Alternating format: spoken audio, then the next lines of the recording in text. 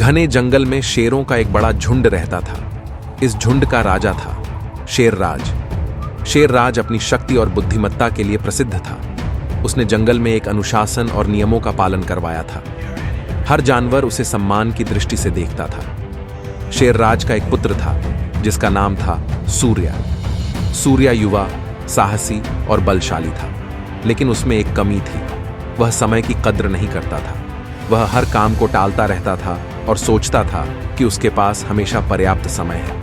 एक दिन शेरराज ने सूर्या को अपने पास बुलाया और कहा, सूर्या, तुम्हें समय की कीमत समझनी होगी। जंगल में राजा बनना केवल शक्ति और साहस से नहीं होता, बल्कि समय की कद्र करने से भी होता है। सूर्या ने अपने पिता की बातों को हल्के में लिया और सोचा, समय की कीमत क्या होती है?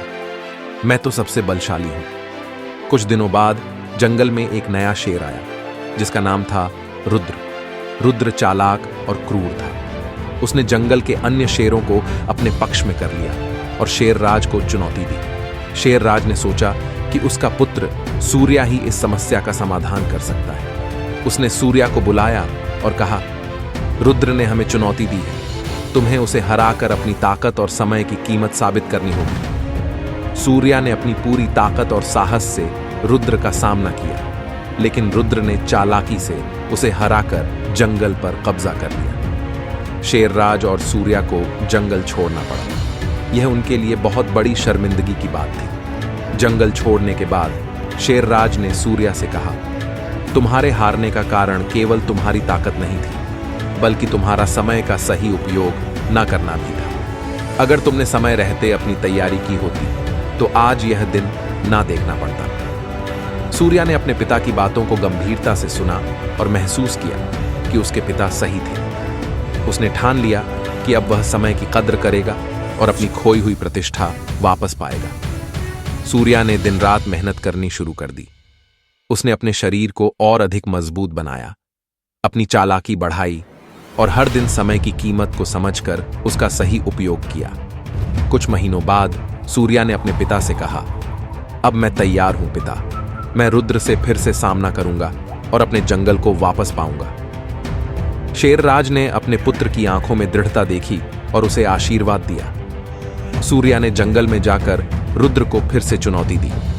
इस बार उसने अपनी सारी शक्ति, साहस और समय की कद्र को मिलाकर रुद्र का सामना किया। उसने रुद्र को पराजित कर दिया और जंगल पर फिर से कब्जा कर लिया। जंगल के सभी जानवरों ने सूर्या की प्रशंसा की और उसे एक सच्चा राजा माना।